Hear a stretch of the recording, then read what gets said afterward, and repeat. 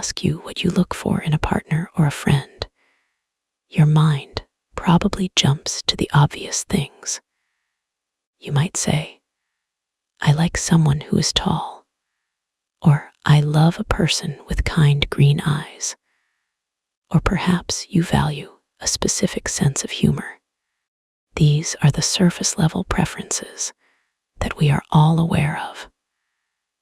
But have you ever had that confusing experience where you meet someone who looks perfect on paper? They check every single box on your list, yet you feel absolutely zero spark. You look at them and think, who are you? On the flip side, have you ever met someone who is not your type at all? Someone you would never pick out of a lineup, yet you find yourself completely mesmerized by them. The answer to this mystery lies in the fact that genuine attraction is not a checklist. It is a feeling.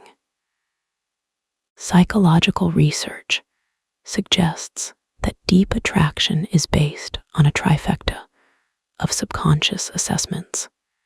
First, we ask ourselves, is this person approachable? Second, do we believe positive things about their character? And third, and perhaps most importantly, do they make us feel good in their presence? If this trifecta is incomplete, it does not matter how Hollywood-esque their smile is, or how perfectly styled their hair might be. If the energy is off, the attraction will not hold. Today, we are going to uncover 6 psychological factors that might be making you, or the people you meet, less attractive without you even realizing it. These are not about physical flaws. They are about the signals we send to the world. Number 1, you are consistently sleep deprived. In our modern world, we often wear our exhaustion like a badge of honor. We brag about how little sleep we got, as if running on fumes is a sign of productivity or importance. However, from a psychological and biological standpoint, sleep deprivation is a major repel factor. No matter how much caffeine you swallow or how much concealer you apply, a lack of rest takes a toll on your entire vibration. When you meet someone for the first time, your brain has a very limited amount of information to work with. It has to make a split-second decision. Should I get closer to this person, or should I back away slowly? As humans, we rely heavily on visual cues for this initial assessment. If you show up looking like what can only be described as a haggard potato, it sends a subconscious signal of poor health. But it goes deeper than just having dark circles or puffy eyes. Sleep deprivation affects your microexpressions, your reaction time, and your emotional regulation. You appear less vibrant, less present, and less trustworthy. The appearance of health is a fundamental biological marker for attraction.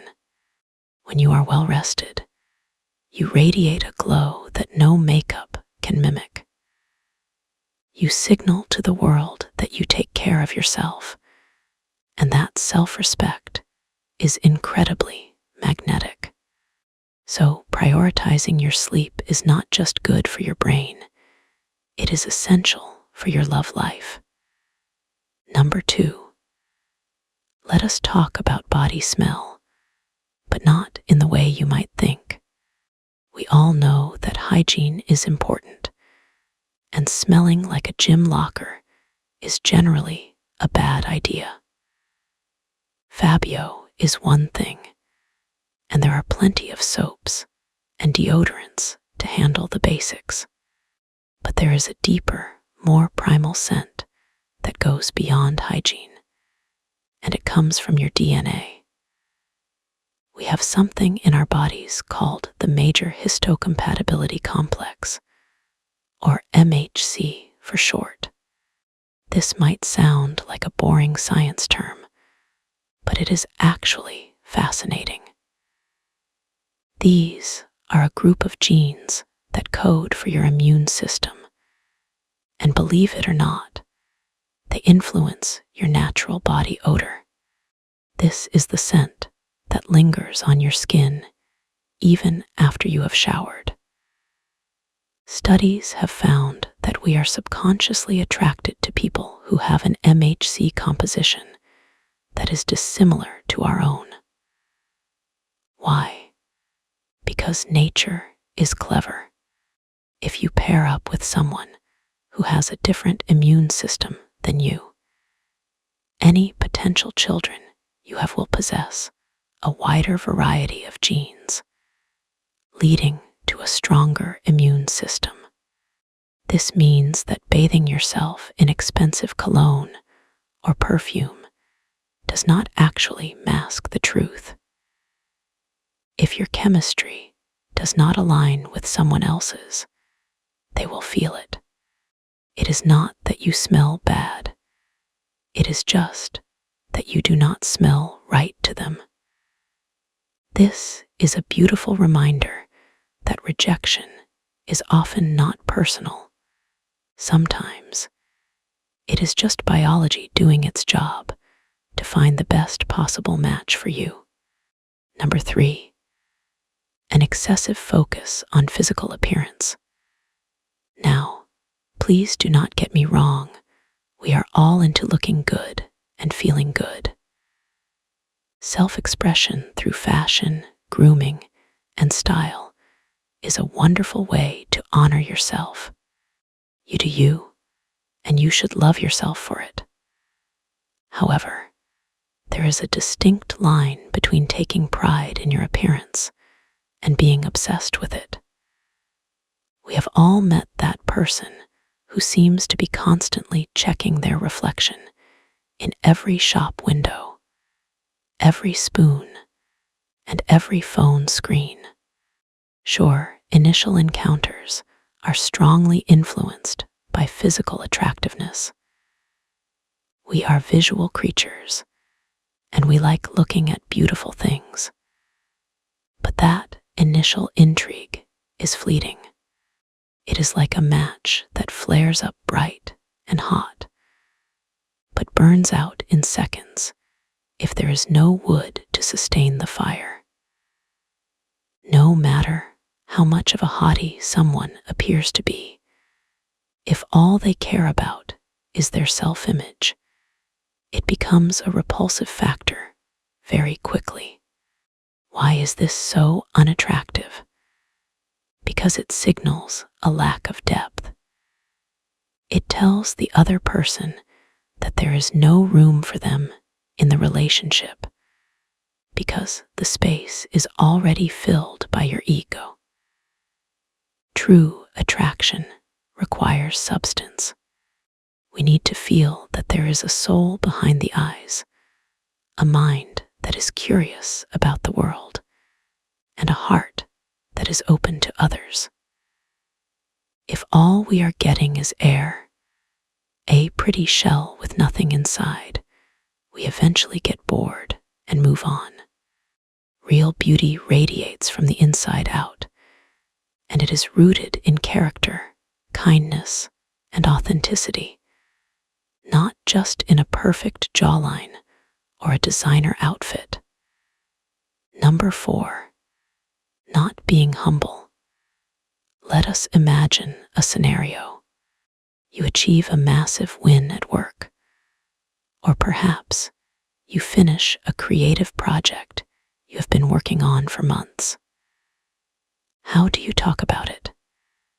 Do you crow from the rooftops that it was all you, that you are just legendary, and that you single-handedly conquered the world? Or do you take a moment to credit the people who helped you along the way?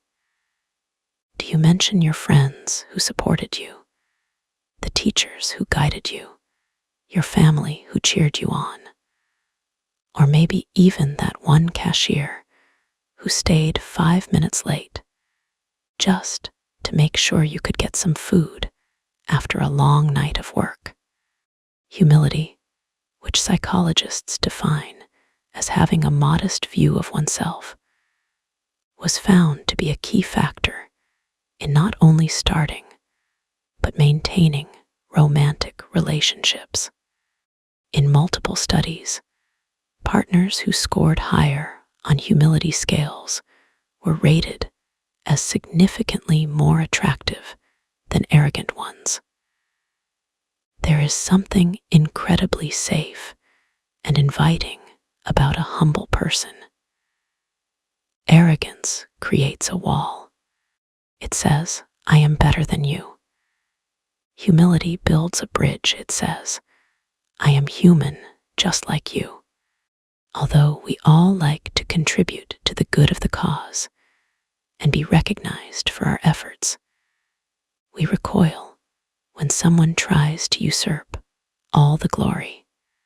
If you are dating someone and they refuse to acknowledge the contributions of others, it triggers a warning bell in your mind. You start to feel that eventually you too will be used, cheated, or betrayed. You realize that in their movie, you are just an extra, and they are the only star. That kind of selfishness is the opposite of love. Being able to say, "We did this," instead of "I did this," is a sign of emotional maturity that draws people in like a magnet. Number 5, being overly smiley or appearing too proud. This point is closely related to the previous one, but it focuses on nonverbal cues, specifically how you hold yourself in pictures or during first impressions. You might think that smiling is always a good thing, and generally it is. But there is a nuance here that is important to understand.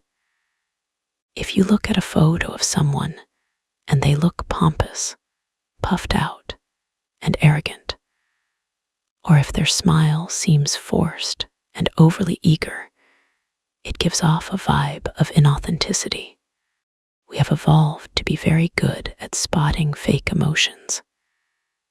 A genuine smile, often called a Duchenne smile, reaches the eyes. It crinkles the corners and lights up the face. An overly smiley expression that acts as a mask can imply that the person cannot be trusted. It suggests that they are trying too hard to sell you something, or that they are hiding their true intentions. Similarly, a posture of excessive pride, chin tilted too high, chest puffed out aggressively, can override the sense of safety we need to feel attracted to someone. It implies that their pride might be more important to them than the well-being of anyone else. We are drawn to warmth and genuineness. We want to see a real human being, not a caricature of happiness or success.